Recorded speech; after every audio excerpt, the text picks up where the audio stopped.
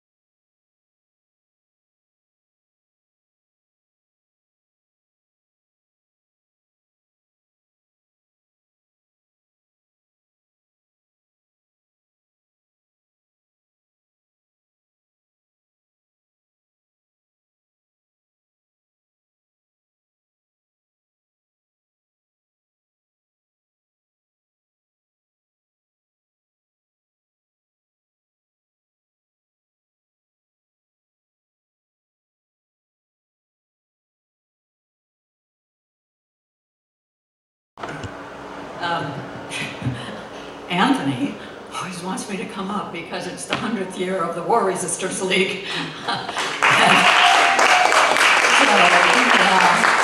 Founded in October of 1923. So having been working on that for so many months now and looking back into the history and all the peace walks that happened, particularly from the 50s on, thinking about Ralph DeGea and Dave Dellinger and Bill Sutherland and one other who rode their bikes actually across Europe. They were trying to get to Moscow in the 50s, calling for disarmament. And then the Community for Nonviolent Action, which probably some of you who were on the walk with Joanne Sheehan in Connecticut heard about, CNVA and the walks that were organized by Brad Little and the other folks with that group that were from Quebec to Guantanamo, which was kind of an amazing walk and a great story connecting disarmament and also the the civil rights movement and racial issues. It was pretty intense and amazing walk to read about, actually. And San Francisco to Moscow also in the early 60s. And the Continental Walk, which I was not an organizer for, but I don't know if, John, were you on it at all in 76? That was, Sally Campbell might have been on it, and maybe Bill, I don't know if you were part of it, organized by War Resisters League.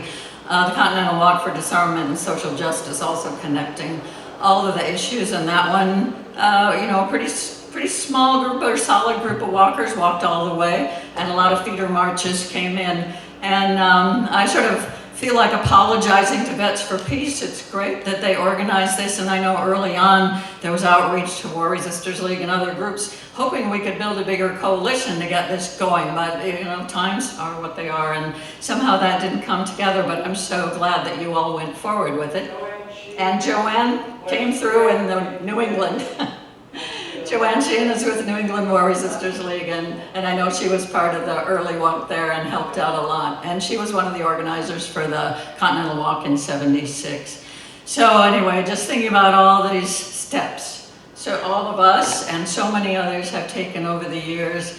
And looking back to 1923 and thinking how disappointed those people would be today to see what the world looks like, but how glad they would be that we're still carrying on in all our different groups and coming together in our sort of loose coalition as we regularly do in New York City for all these different peace actions. So I'm happy to be here today, and nice to meet some people I haven't met before. And thank you, Anthony, too, for organizing this leg of it. And all that goes into organizing such a walk. And I hope to see folks in DC actually around the NATO action. I think you're ending there, right? So. Yeah, anyway, thank you. And, my name is Eric Wazaleski, and I'm a lifetime member of Veterans for Peace. I'm a through walker. I started walking in Maine, and I'm going to be planning on going all the way to DC, Lord willing, and the creek don't rise. I work with a few organizations. Veterans for Peace is one of them, DAV is another one, and Warrior Writers is another organization. And in Warrior Writers, we do a lot of writing. And so I was able to put together a poem for the beginning of the walk, which I will share momentarily, but I want to share a couple of stories about the walk first. And in our greetings, most of the folks that come by us, they act like they don't even see us. They're kind of like blank look.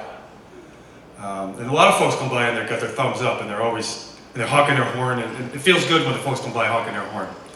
But a lot of folks come by and they're kind of rude, and they flip us the bird, and they yell at us. But one thing we've understood is that at least they care. And not only do they care, but they're halfway to the peace sign. So there's something there. We're hopeful about them. So I'm going to share this piece called Gathering in Algonquin. How apropos for us to gather here in Algonquin with the intention to quit guns, to quit missiles, to quit mines, to quit torpedoes, drones, grenades, tanks, bombs, and bayonets. As salmon, we are drawn to our birthplace, to renew a generation. VFP, Veterans for Peace, was founded in Maine. In hopes of spawning a new peace movement, we set out to share our hope and our courage. A time of havoc, with the dogs of war loose and the drums of war reverberate. Peace ain't popular. It's a near dirty word. In a modern day Salem witch trial, good people are turning their backs on us. Some say we must be working for Russia. Others that we must be anti-Semitic. But we are veterans who abhor war and know its true costs in terms of environmental, psychological, and in terms of lives. The world is burning. Nations train for war. A grim situation, we take our cue. In these times, that's what pilgrimage is for. And we carry the peace drum, the Doi Mai Ku. We gather to reckon what can be done and to walk a walk so we can talk the talk. Peace is inherently spiritual. We are walking for the soul of our land, to engage the powers of darkness and to create space for the power of love to come into this world as instruments of peace. The peace movement is moving. Here we go. Thank you. I want to thank that woman again, because I have been to the West Bank a number of times with veterans. I've been to Israel. I know what's going on there. And it is absolutely unthinkable and horrible. But it is not, if you think it's just Netanyahu and his right-wing extremist government, you are wrong. You are really wrong. I'm telling you right now, we are faced with a kind of evil that has not existed since the Nazis. This is equal to that. And our government, I'm furious about it. I'm sorry, you have to put up with that.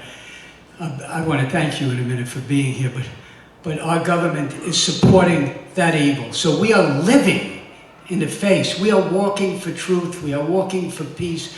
We are doing everything non-violently, and we will continue doing this. But we should be aware that we are facing the greatest evil that has ever existed on this earth, the most dangerous evil. And that's why I started. That's why a year ago I decided to do this walk, because I realized, like all of us realized, and then become comfortable with it, somewhat comfortable, that we are faced with existential threats to life itself.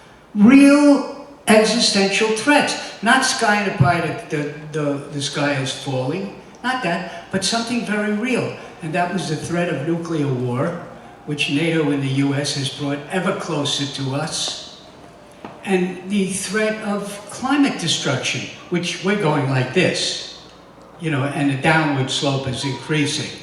So these are real threats. And I thought, we gotta get out there.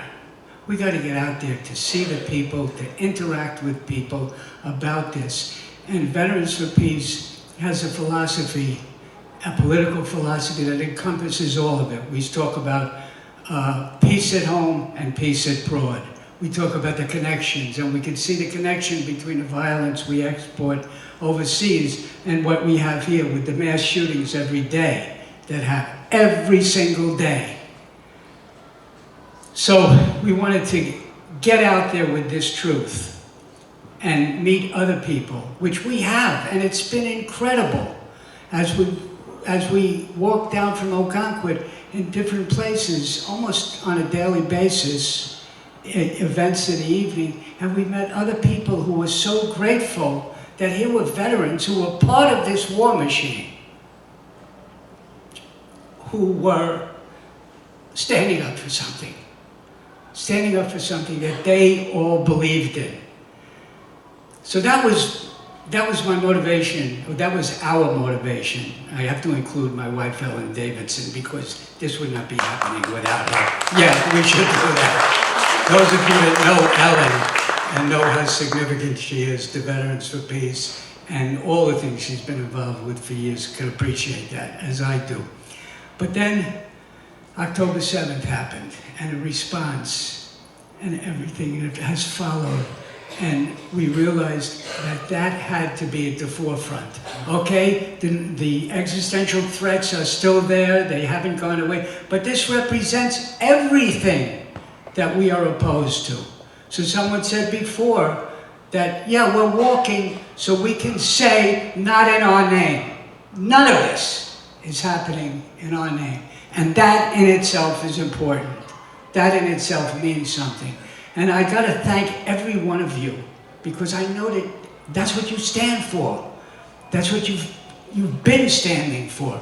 And you keep the flame alive. We all keep this flame alive, and that's all we can do sometimes. I have no illusions whatsoever about stopping or changing the political reality. I don't go there. I don't, that's not why people say, well, why do you do these things, Tarek? Why do you get arrested? Why do you do any of these things? Why do you have delegations here and there and whatever you do? Why do you do it? I do it because that's what it means to be human. I don't do it because of the expectations of results. That is a false motivation. So I thank all of you, because I know all of you, every single person here, stands up for truth, stands up for love, stands up for empathy, And let us not forget the innocents, the children, the animals, all our relations. They are all precious, including, as James pointed out before, the trees, the embodiment of wisdom that have been here for thousands of years. So we're standing up for all of that. And thank you. That's all I want to say.